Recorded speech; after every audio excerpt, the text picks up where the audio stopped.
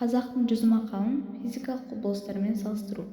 Халық даналығы терең ғылым.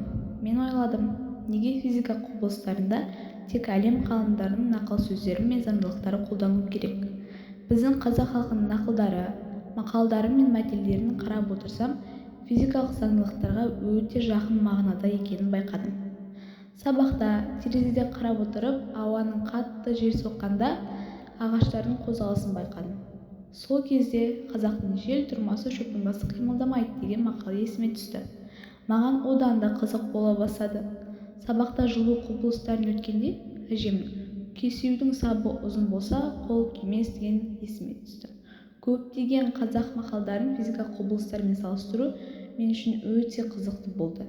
Мен одан әрі қарай салыстыру жасағысы келе бастадым.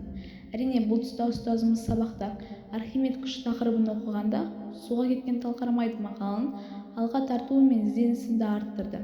Мен сол кезде Архимед күшін ұқсас кейбір мақалдарды таптым. Мысалы, күш атасын танымайды деген мақал да Ньютонның екінші заңына келеді. Күшіңе сенбе, әдісіңе сен деген ырыс пен әдіс бар. Мақалында энергияның сақталу заңдылығы көрінеді. Менің ойымша, халық даналығы ғылымның бөлігі емес, кейде тіпті ғалымның бұрын ойланып дәлелдеу ретке физикаға негіз болған ойларды бұрыннан да ойлаймын. Ақыл білімде ғана емес, білімді қолдана алатын менде екенін білдім.